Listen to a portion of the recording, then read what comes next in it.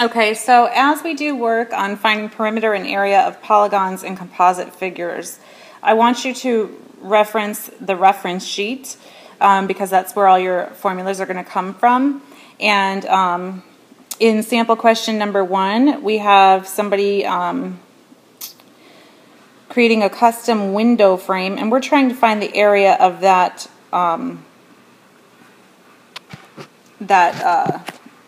that polygon. So we need to look at the reference sheet. So we might remember that the area of a regular polygon is going to be 1/2 the apothem times the perimeter. So we need to figure out what the apothem is. The apothem is from the center of that figure to the edge. Okay, the diagonal, however, goes corner to corner. And what we have here is this hypotenuse here, which is 20. We can find the apothem by doing some trigonometry work probably, or maybe some special right triangle work. What we need to remember is that there are 2 angles here that I see. Let me use my selector tool here and here. And total in this figure, there are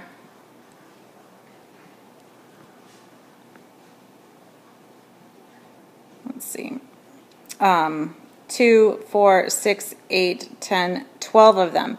So the total angles inside, let me enlarge this a little bit so we can look a little closer, are 360 degrees divided by 12. So each little angle measures 30 degrees. So I'm going to make a note of that on my picture. So this little guy here is 30.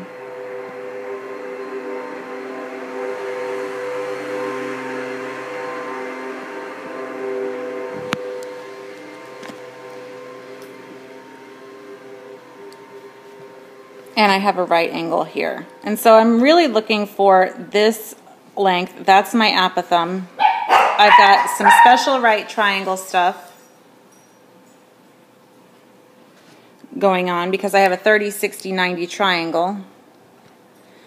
Or I guess you could probably use trigonometry. If the special right stuff doesn't work for you, go ahead and use trigonometry. If I use trigonometry, I have the hypotenuse, which is 20. And I can use either the 30 degree or the 60 degree angle. If I use the 30 degree angle, the apothem would be adjacent, and adjacent and hypotenuse makes cosine.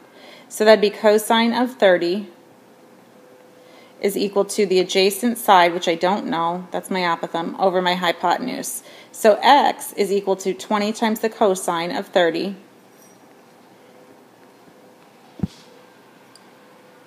And now I need, oh gosh, I don't even have a trigonometry calculator here. Let me do it online.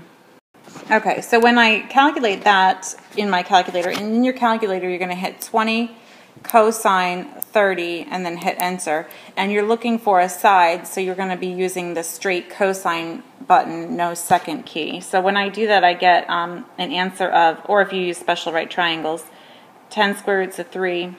If you did it in your calculator, you're going to get 17.32 approximately. So depending on how you did it, special right triangles will give you the exact answer, 10 square roots of 3. The trigonometry will give you 17.32. It doesn't really matter because it says which one is the closest in area. And it's not a multiple choice, so we'll just round at the end. So that's my apothem. So if I go back over here and I start plugging in, the area is equal to 1/2 the apothem, and I'll just use the decimal approximation, times the perimeter. Okay, so I still need to find the perimeter. If I know that this is 17.32, then I can use Pythagorean to find this piece. So let me try that. So that would be 20 is my hypotenuse, so it'll be x squared plus 17.32 squared equals 20 squared. And let me go ahead and solve that.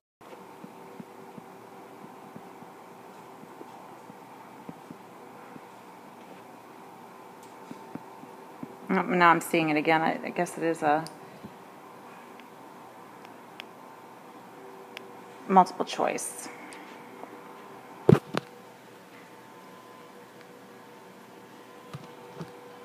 And I get x squared is equal to approximately 100. It's 100.02 in my calculation. So x is approximately equal to 10. So this piece is equal to 10. This piece is also equal to 10. So that's a total of 20 for each side. And there are 1, 2, 3, 4, 5, 6 sides. So 6 times 20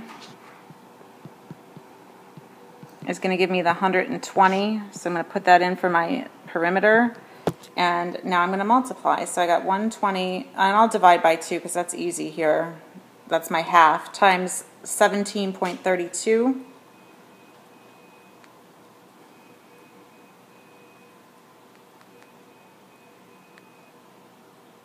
All right, calculator issues. 120 divided by 2 times 17.32. And my area is approximately equal to 1,039.2. And that's corresponding to answer choice C.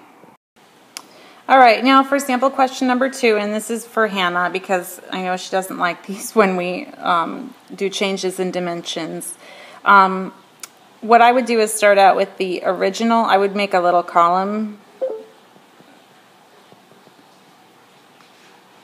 and then the new. So the original square has an area of 144. That can only be true if each side were 12. Okay, so because the square root of 144, it's a square, and that would give each side equal to 12. The square increases in length, so it's actually going to become a rectangle, but not in width. So let's just call this 12 still, and this will now be increased 12 plus something. I don't know what it is. The length gets increased. And now the new perimeter is 4 times the perimeter of the original square. So let's find the perimeter of the original square. That would be, there's 4 12s, right? So the original perimeter is 48. Now over here, 4 times that would be on the new side, because the new perimeter, 4p, is equal to, my brother's calling me. 4p is equal to 192. So I know that this whole shebang has to have a new perimeter of 192. So I can just add everything up. I have 2 x's and 4 12s. So that would be 48. That perimeter is equal to 192. And I subtract 48 from both sides. I get 144, so 2x is equal to 144.